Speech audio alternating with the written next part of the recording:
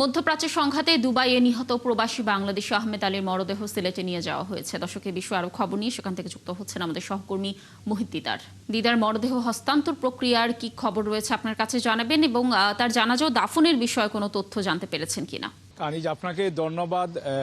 আহমদ আলীর ইরানের ছোড়া ক্ষেপণাস্ত্রে নিহত যে আহমদ আলী আছেন দুবাই, যিনি নিহত হয়েছেন, তার মরদেহটি 12টা 25 সময় বাংলাদেশ বিমানে BG 601 এর ফ্লাইটে তার মরদেহটি নিয়ে আসা হয় এবং এখানে কিছু আনুষ্ঠানিকতা শেষ করে তার মরদেহটি আরিফুল হক চৌধুরী, প্রবাসী কল্যাণমন্ত্রী আরিফুল হক চৌধুরী মরদেহটি গ্রহণ করার পর আরিফুল হক চৌধুরী সাংবাদিকদের সাথে কথা বলেন। তিনি বলেন যে যারা প্রবাসী নিহত হয়েছিলেন 4 জন, তাদেরকে খোঁজখবর নেওয়া হচ্ছে এবং এই আহমদ আলীর মরদেহটি তিনি গ্রহণ করেছেন এবং তার পরিবারের সাথে তিনি কথা বলেছেন। আমি একটা কথা জানিয়ে রাখি যে এই আহমদ আলী গত কয়েকদিন আগে ইরানের ছোড়া ক্ষেপণাস্ত্রে তিনি আহত হন, এরপর হাসপাতালে নেওয়ার পর তার মৃত্যু হয়।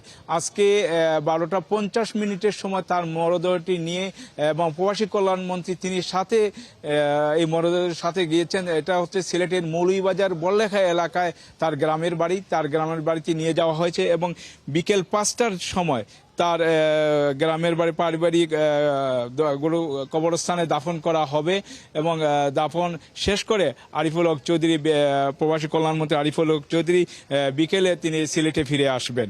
এই ছিল আমার কাছে প্রবাসী আলী আহমদের যে মরদেহ দাফনের বিষয়ে সর্বশেষ তথ্য।